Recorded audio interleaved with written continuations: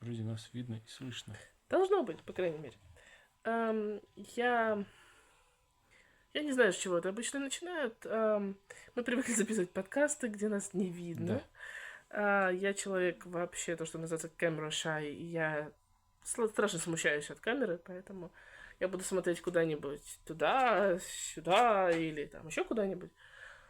Ам, и, и скажу уже что-нибудь, потому что... Ну, я считаю, что уже надо перестать стесняться.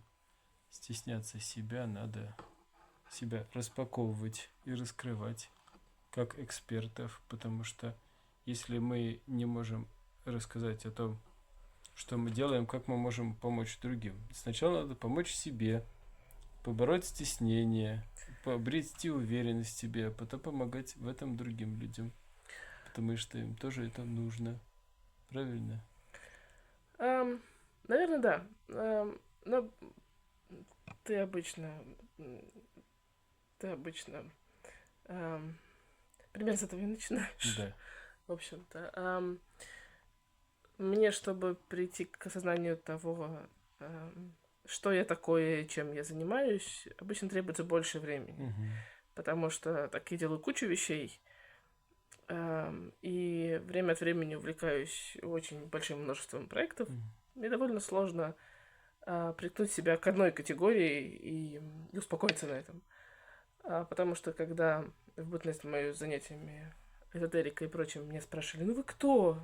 Ну вот вы там как вот, как вот Маша, биоэнергет, или вы там ведьма, или вы там Мгм. кто. Мне было сложно с ответом на этот вопрос, потому что для меня ведьма это человек, который много учится тому, что он собирается давать другим. Да, это в первую очередь Мгм. такой ментор скорее, чем человек с волшебной палочкой, который кричит заклинания и помешивает там котел поварешкой.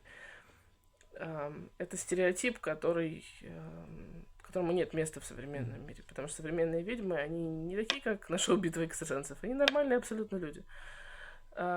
И они используют свои инструменты для того, чтобы помочь другим людям.